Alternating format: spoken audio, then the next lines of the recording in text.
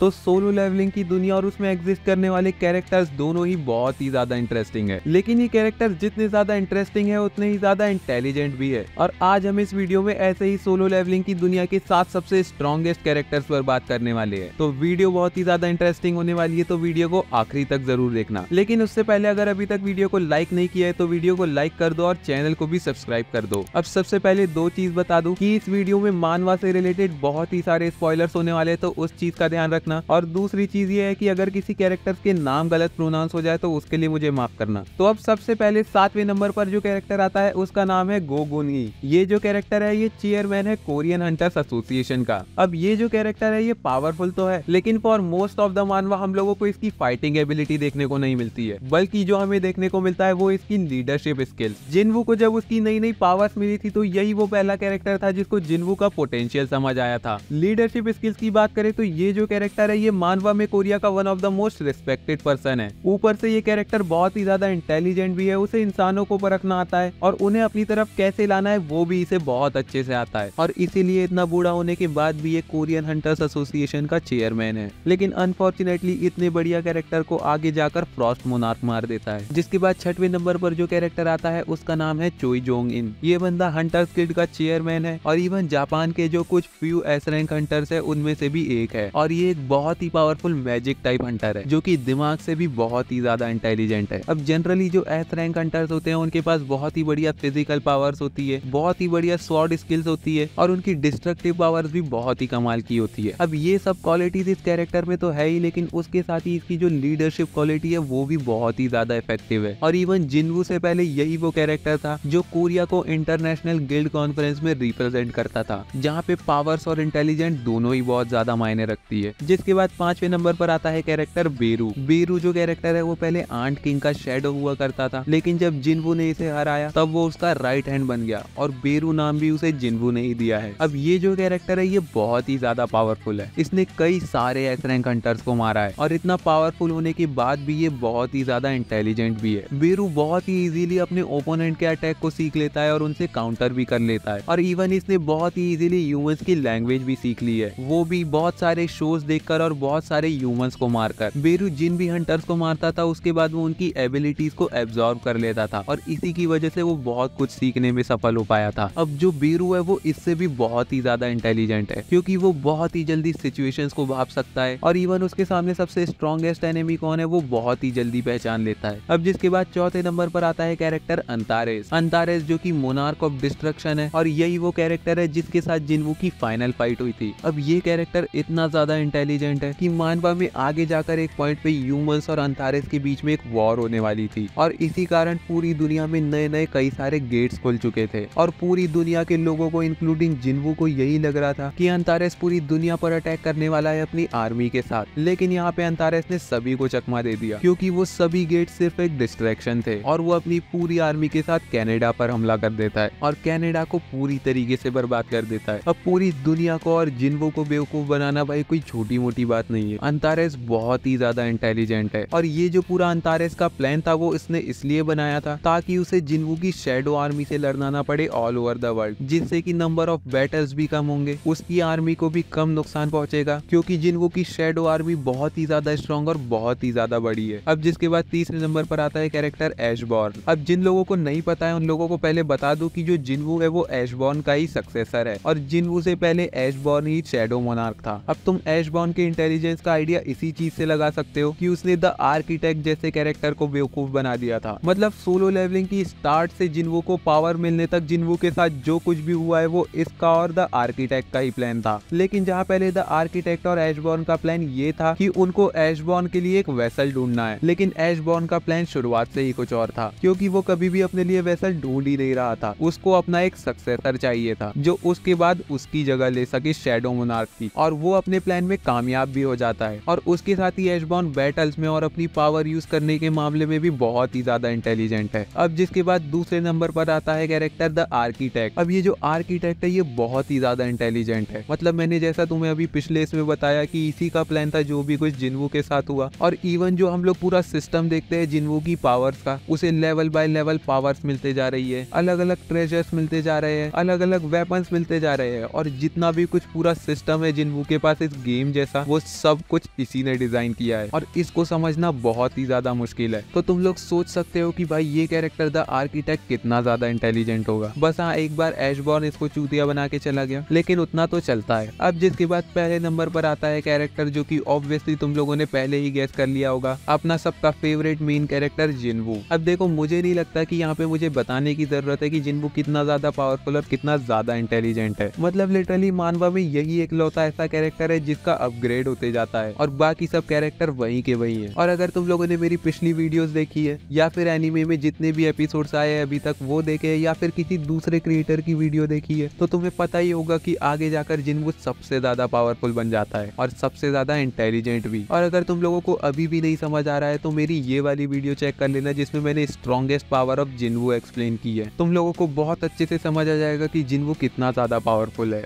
और कितना ज्यादा इंटेलिजेंट भी। तो बस अब यहीं पे वीडियो को एंड करते हैं। अगर वीडियो पसंद आई होगी तो वीडियो को लाइक जरूर से कर देना और ऐसे ही और भी बढ़िया कंटेंट के लिए चैनल को सब्सक्राइब भी करके रख लेना। उसके साथ ही मैंने चैनल पे सोलो लेवलिंग से रिलेटेड बहुत ही बढ़िया वीडियोस डाली है, तो उनको भी जरूर से चेकआउट करना और मेरे मेन चैनल सिंगुलैरिटी को भी जरूर से चेकआउट करना।